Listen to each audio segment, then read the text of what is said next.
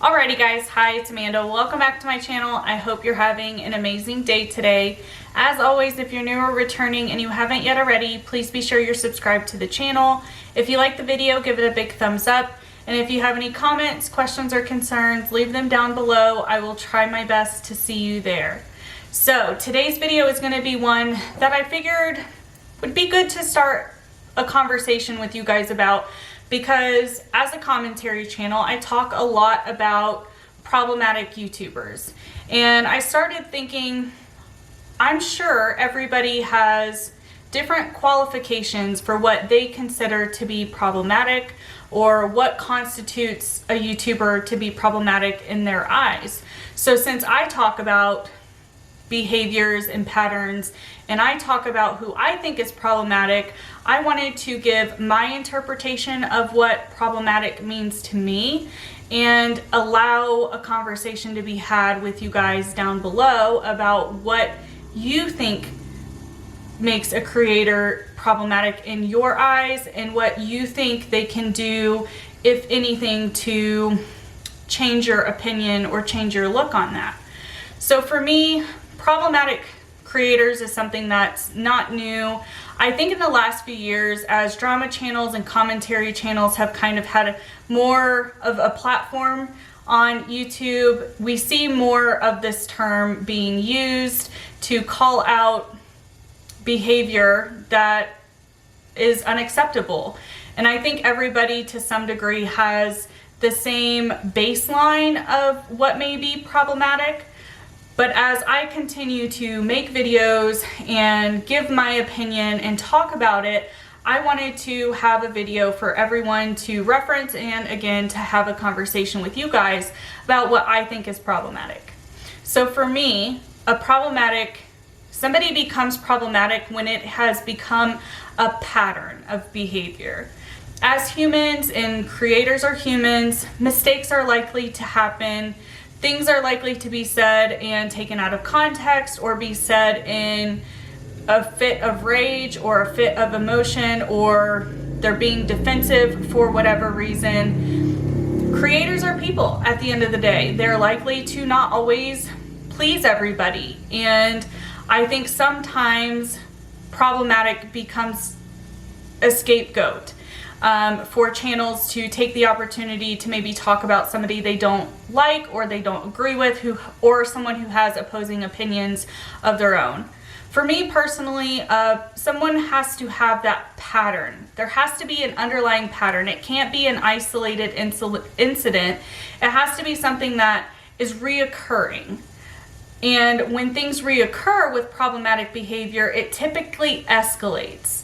And as that escalation occurs, I think is when people start to see it. Everybody starts to see it. But at some point, they were problematic probably before they were actually called out on the behavior. We have scenarios like what's going on with James Charles, what recently has happened with David Dobrik.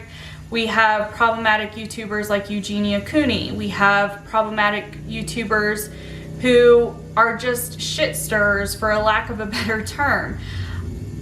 But to me, it's all a pattern. There's some people who get called problematic when there is no pattern. It's an isolated incident where they may say something out of turn on a live stream, or something may be taken out of context from someone else, and it's turned to be that this person is problematic. Personally, I think a pattern has to exist for me to comfortably say that a creator is problematic. And it doesn't necessarily have to happen for me over a long period of time. For me, it could be something that happens in a short period of time, but a lot of the same negative behavior is exhibited by a creator. Even if it's over a month time frame, but every 2 weeks when this person is on a live stream, they are saying inappropriate things, or they're lashing out at their subscribers, or they're providing misinformation consistently. To me, that becomes a pattern, and that becomes problematic. If it happens once or twice and the behavior changes, I don't think For me, I'm not comfortable calling that creator problematic if it's an isolated incident, unless it is so severe that it hurts either themselves or their viewers to a very serious degree. I don't know how else to really articulate what I mean by that, but somebody can, for me, for example, say somebody does something that could be criminal and they only do it one time. If it's severe enough to be criminal, then to me that's problematic. But if it's something as silly, and I say that word lightly, as just a difference of an opinion, I just got tongue-tied, a difference of an opinion from the creator who's calling them problematic, I don't necessarily think that that's fair. I think terms, and I've talked about this with you guys before, I think terms are used by creators not necessarily in a way to manipulate, but in a way to make the viewers believe what they're saying. So in a way, I guess, yeah, it is manipulation. I think some creators know that they share similar viewership as people who may have an opposing opinion about something, and they will cling on to one little term or one little point that they may have made in a video and start calling them problematic because of that. Now, if it's something that has hurt someone and they are trying to bring awareness, then it's really up to that person's discretion, which is why I wanted to open the conversation to see what constitutes problematic for you guys. What is it for you guys that a creator does to where you are comfortable saying that they are a problematic creator? As I said, my opinion is I have to see a pattern, even if it's over a short period of time and it's been long enough since that pattern has existed and it's stopped, I would not feel comfortable calling them problematic.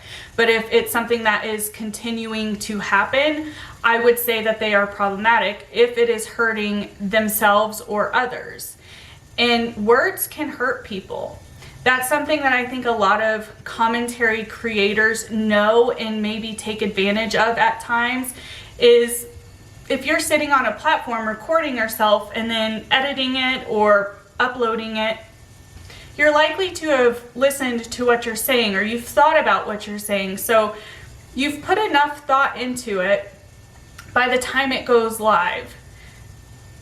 So if you clearly stand behind what you're saying, whether it's talking about someone else or talking about a serious current issue or just maybe something that's happening in the news or YouTube that you're reporting on, I think it's important for creators sometimes to think about the words that they're saying and the effect of what some of their words have and the power behind terminology and how they are formulating the terminology.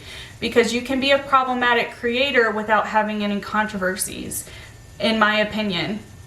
I believe there are problematic creators on this platform who outwardly looking haven't done anything bad per se, but if they're consistently taking advantage of their audience or they're consistently running things that seem scam-like, then I think that's problematic.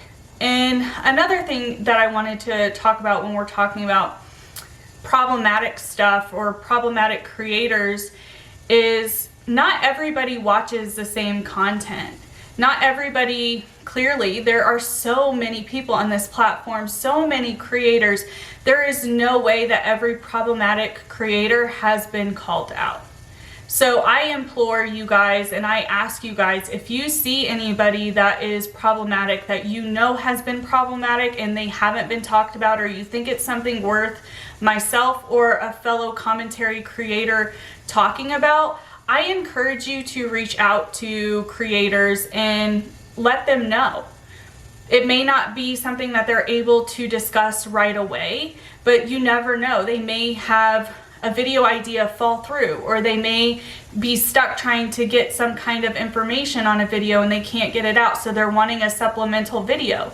You never know, and you may be the reason that a problematic creator ends up being talked about and more people become aware of just because you saw it and you wanted to let your favorite creator or someone you enjoy hearing them commentate on behaviors or other creators or situations, always speak with your voice. If you see stuff and you're not comfortable being on a channel, or you're not comfortable, you don't have a channel, but you want it to be talked about, I encourage you always to reach out to me. I'm always open to suggestions, and you guys let me know all the time of video ideas that you guys would like me to cover, and I keep them all in an ongoing list. And I have a feeling a lot of YouTubers do that. They like to hear, or at least for me, I like to hear from my audience. I want to, if able, provide the content that you guys want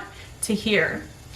So in summary, that sounds super formal, but really in closing, like, I wanted to open this discussion. I was really thinking about it because lately there are a lot of very large creators who have been engaging in these problematic behaviors that are just now really having serious action because people, commentators, larger channels everywhere are finally wanting to discuss it.